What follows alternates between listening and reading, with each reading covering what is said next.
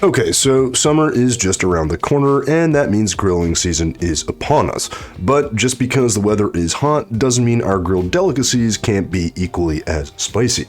Hey folks, welcome back to another episode here at Timeout Kitchen, where today we're going to be making some jerked chicken. Now, there's a lot of forms of this, and they vary in, I guess, the way that you make them, but at the end of the day, there's a complexity of flavor, and there should be some spice. So naturally, to make our jerk chicken, we're going to need some chicken. So grab your most $11 tray of chicken. In this case, we have about 2.5 pounds of thigh and leg meat with the skin on, which we're going to be using as the foundation of this recipe. Now, you could use chicken breast, but honestly, I would go with something with a bit more fat. To that, you'll want to grab a handful of fresh thyme. Now, I stress fresh thyme here because this is just really going to make it a lot better. The texture is better, the flavor is a bit more subtle, and it also adds a nice color. Next, we're going to need some spice, and for that, we're going to grab ourselves some habaneros. About 5 or 6, as you can see here. Now, again, you could use Scotch bonds. I couldn't find any. Habaneros are just fine. They're quite spicy. They're going to have a slightly more bitter note, and that is totally okay. Ideally, I would recommend a mix of the two. Then you'll go ahead and grab 5 or 6 cloves of fresh garlic, half of a large white onion. This is what I had left over in my fridge from the other day, so this is perfect. Followed by a nice big handful of green onions. Next, and perhaps not so traditionally, is going to be some ginger. Now, I know there's a lot of purists out there, but honestly, a little knob of ginger in my mind adds a nice little bit of flavor, complexity, some brightness, and I just like the way it blends with the rest of our ingredients, but of course, feel free to skip this if you want. What you won't be skipping is the juice of a lime. Now, again, depending on how much chicken, you may need more limes, but 1 was plenty for this recipe. You can also use the zest as well. Next, you want to grab 2 tablespoons of brown sugar. This is, of course, going to add some much needed sweetness, but also some color and really help just balance out the rest of our flavors.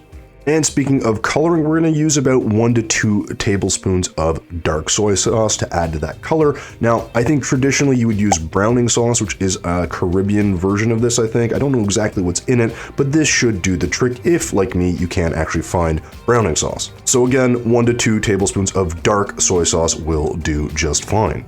Next, you want to add 1 teaspoon of allspice. Again, this is ground allspice. Ideally, you would find some allspice berries. I couldn't for the life of me, and I actually went to about 3 or 4 different places trying, so complete waste of time. So if you can find them, great. It's going to be a nice sort of, I guess, brighter note than what the ground stuff will be, but this should do fine in a pinch. And yeah, that's pretty much it. Some chicken, a host of aromatics, of course, some spicy habaneros, and a little bit of allspice and some coloring to go with our jerk chicken. However, the one thing that you are going to need is time. This is going to need to marinate for at least 24 hours or ideally up to 48. In my case, I went for a 48-hour marinade, which, yeah, it's a long time, but trust me, it is going to be worth it. And speaking of time, don't forget to stay tuned until the end of the video to see exactly how long this takes to put together and how much it cost us. Anyways, with all that being said, let's get to the prep. But before that, B-roll.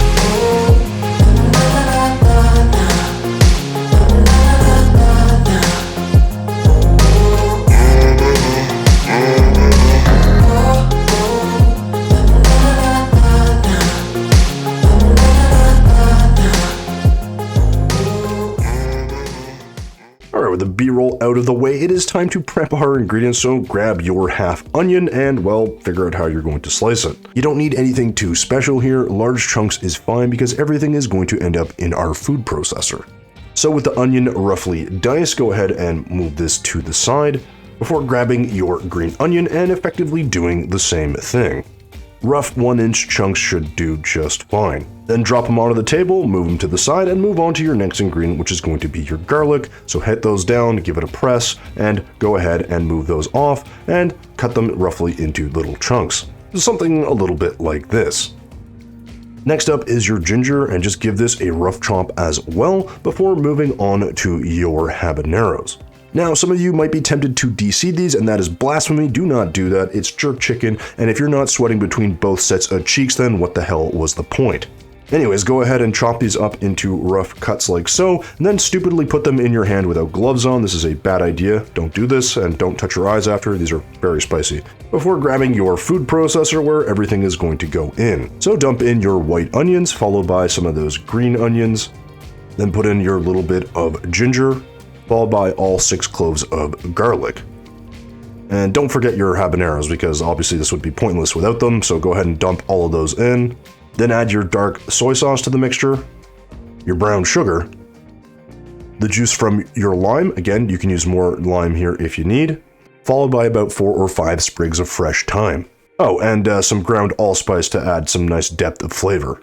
Now to help with the browning and crisping of our chicken, we're going to add about a 1/4 cup of a neutral oil. With everyone in the pot, just throw a lid on and go ahead and blitz this up, which should look something a little bit like this. Now I like it to be a little bit chunky, that's just me. You can of course blitz this up a lot more, but you can see we have a ton of color and texture and a good distribution of all our ingredients in this spoonful. So this is going to cover our chicken and marinate for the next 24 to 48 hours. Now again, depending how much chicken you have, you may need more or less of this, but honestly, this is going to be really good on pretty much anything that you marinate. So yeah, just make extra, you won't regret it. Anyways, moving on, go ahead and grab yourself a large bowl, because it's time to place our chicken down for a nice bath. Now you could separate the thigh from the leg, but honestly that's extra work, and I'm going to eat this anyways, so we're going to go ahead and toss this in as it is, along with the rest of his buddies.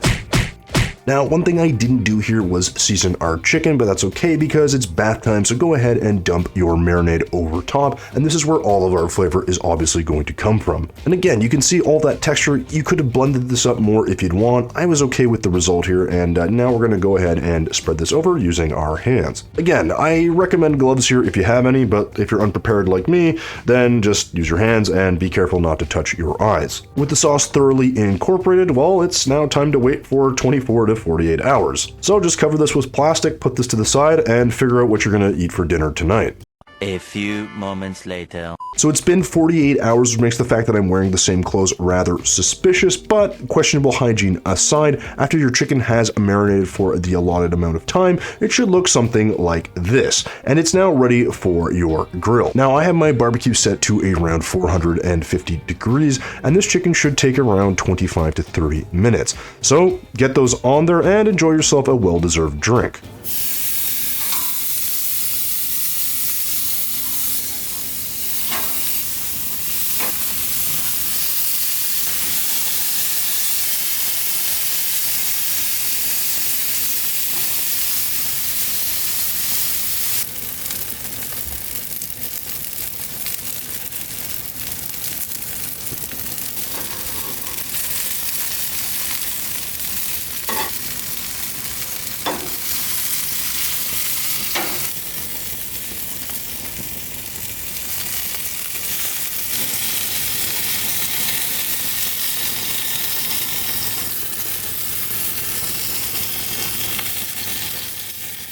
So after about 25 minutes, you should have some beautiful chicken, but before you dig in, you'll want to let this rest for about 5 minutes, which is plenty of time to plate this up. But if you're impatient like me, you're going to want to go ahead and take a sample. So just go ahead and take a little slice off this piece here, take the leg off, and yeah, take a bite. And guys, it's got that complex earthy flavor and of course the heat to bring a full-on flop sweat, which is exactly what we want. Okay, but seriously, that's enough eating. I know this looks really good. We do have to get back to the plating, so let's go ahead and do that. So grab your nearest dish and drop in your rice and peas. And yes, we made rice and peas for this. There will be a recipe and video coming out soon. Anyways, go ahead and make that mold look pretty, and then grab a beautiful piece of your chicken. And then you just gotta lay that steaming piece of chicken right on top. For garnish, I like to use some green onion, so go ahead and lay that over top. And for a little hit of sweetness, just any barbecue sauce you got kicking around. And voila, you've got yourself a somewhat authentic version of Jamaican jerk chicken. I gotta say, for a first attempt, this turned out amazing. It's spicy, it's got that earthiness and so much complexity of flavor, and of course, it gives me that full sweat that I love about good jerk chicken.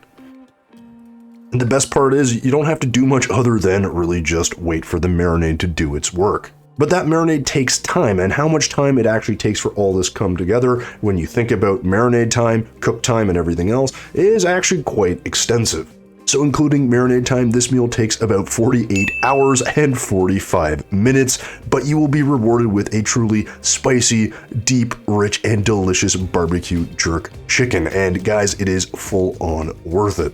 And speaking of being worth it, this meal will only set you back about $3.50. Which, unless you're going to someone's cookout, I don't see how you're going to get something this rich, spicy, and delicious that's going to match up with that price. In terms of time though, yeah, maybe it's going to be a little bit quicker to go to your local Jamaican restaurant. But I don't know, maybe it's just me. In any case, let me know what you think in the comments down below. What did I miss? What did I do right? Or what would you change? And with that, I want to say thanks for watching until the end of this video. And as always, thumbs if you liked it, subs if you loved it. We will see you in the next one.